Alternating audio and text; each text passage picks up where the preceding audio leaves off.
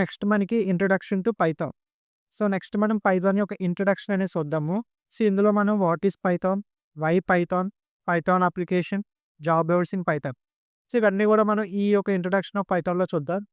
So, first what is Python? Python అంటే ఏంటి?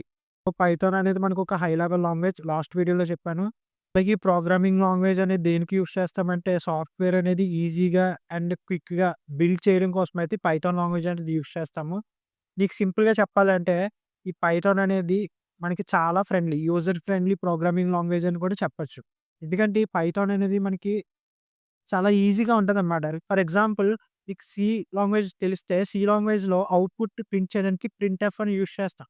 అదే జావాలో అయితే system dot out dot println అని చెప్పేసి యూజ్ చేసి మన అవుట్‌పుట్ అనేది ప్రింట్ చేస్తాం. కానీ పైథాన్ అలా కాదు. చాలా సింపుల్. ప్రింట్ చేయాలంటే ప్రింట్ యూజ్ చేసి నువ్వు డైరెక్ట్‌గా ప్రింట్ చేసేయొచ్చు. ముఖ్యంగా ఈ పైథాన్‌లో మనకి సింటాక్సెస్ అనేవి ఏవైతే ఉంటాయో అవి మనకి చాలా సింపుల్‌గా ఉంటాయన్నమాట. రిమైనింగ్ ప్రోగ్రామింగ్ లాంగ్వేజెస్ అన్నిటితోని కూడా కంపేర్ చేసుకుంటే మనకి పైథాన్‌లో సింటాక్సెస్ అనేవి చాలా ఈజీగా ఉంటాయి. ప్రోగ్రామింగ్ లాంగ్వేజ్ కోడింగ్ డిఫికల్టీగా ఫీల్ అయినోళ్ళు కూడా ఈ పైథాన్ అనేదైతే చాలా ఈజీగా ఉంటది. జాగ్రత్తగా అర్థం చేసుకోండి. ఇందులో ఇన్‌బిల్ట్ ఫంక్షన్స్, లైబ్రరీస్ చాలా ఉంటాయి. వాటిని యూజ్ చేసి మనం మెషిన్ లెర్నింగ్ చేయొచ్చు, డీప్ లెర్నింగ్ చేయొచ్చు, ఎన్ఎల్‌పి చేయొచ్చు, ఎల్ఎల్ఎమ్స్ ఇవన్నీ కూడా మనం ఇందులో ఉన్న ఇన్‌బిల్ట్ ఫంక్షన్ యూజ్ చేసి అయితే చేయొచ్చు. మన ఛానెల్‌లో ఈ వీడియోస్ అన్నీ కూడా వస్తాయి. సో, ఈ వీడియోస్ అన్నీ కూడా నేను మన ఛానెల్‌లో చెప్తాను.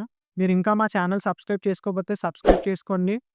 ఫ్యూచర్‌లో డేటా సైన్స్ ఫుల్ కోర్స్ తెలుగులో అయితే ఈ ఛానెల్‌లో వస్తది. అండ్ ఈ వీడియో కూడా ఒక లైక్ చేయండి. Why Python? సో, పైథాన్ ఎందుకు? జావా ఉంది గదా! సి ప్లస్ ప్లస్ ఉంది గదా! పైథానే ఎందుకు? సో, పైథాన్ ఎందుకు నేర్చుకోవాలి? అంటే ఇక్కడ మనకు చాలా పాయింట్స్ అయితే ఉన్నాయి. సో, పైథాన్ అనేది నువ్వు easy to learn and use ఈజీగా నేర్చుకోవచ్చు. అలాగే యూజ్ చేయొచ్చు. అలాగే handy for web development purposes. ఈ వెబ్ డెవలప్‌మెంట్ పర్పసెస్ కూడా ఇది చాలా ఈజీగా ఉంటది. అలాగే ఈ లాంగ్వేజ్ అనేది ఎక్కువగా డేటా సైన్స్‌లో యూజ్ చేస్తారు. అండ్ ఇందులో మల్టిపుల్ లైబ్రరీస్ అండ్ ఫ్రేమ్‌వర్క్స్ చెప్పాను కదా ఇందాక. చాలా ఇన్‌బిల్ట్ ఫంక్షన్స్ అనేవి ఉంటాయని. సో, అదనమాట. Next Python can be used in ML tool. ఒక ఎంఎల్ టూల్‌గా కూడా ఈ పైథాన్ అనేది మనం యూజ్ చేయొచ్చు. అలాగే ఇది ఫ్లెక్సిబిలిటీ అండ్ రిలయబిలిటీ ఉంటది. సో, పైథాన్ అనేది మనం చాలా డిఫరెంట్ దిక్కున యూజ్ చేయొచ్చు. అలాగే ఇది మనకు చాలా రిలయబుల్‌గా ఉంటది. యాక్యురసీ ఇవన్నీ కూడా బావుంటది. Next python automates task.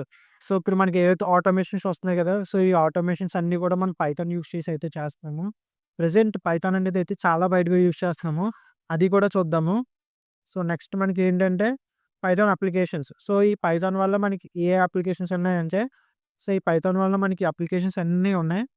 So, ఇవన్నీ కూడా మీరు ఒక నోట్స్ రాసుకోండి. సో, నేనిప్పుడు ఏదైతే క్లాస్ చెప్తానో, ఆ క్లాస్ మీరు వింటూ నోట్స్ రాసుకోండి. ఈ నోట్స్ అనేది మీకు చాలా యూజ్ అవుతది. సో, మీరు క్లాస్ వింటే మీకు అర్థం కాదు. మీరు క్లాస్‌తో పాటు నోట్స్ అనేది కూడా రాసుకుంటే మీకు కొంచెం మైండ్‌లోకెళ్తది. నెక్స్ట్ మనకి job roles in Python. So, Python నేర్చుకుంటే మనం ఎలాంటి జాబ్స్‌కి అప్లై చేసుకోవాలి. ఇప్పుడు మేము పైథాన్ ఫుల్ కోర్స్ నేర్చుకున్నాం కదా బ్రో! ఇప్పుడు ఈ పైథాన్ నేర్చుకుంటే మేము ఎలాంటి జాబ్స్‌కి అప్లై చేసుకోగలుగుతాం? ఎలాంటి స్కిల్స్ మేము ఇంకా నేర్చుకోగలుగుతాం? సో, అనైతే ప్రతి ఒక్కరికి డౌట్ ఉంటది. ఎందుకంటే కోర్స్ నేర్చుకుంటున్నారు కాబట్టి.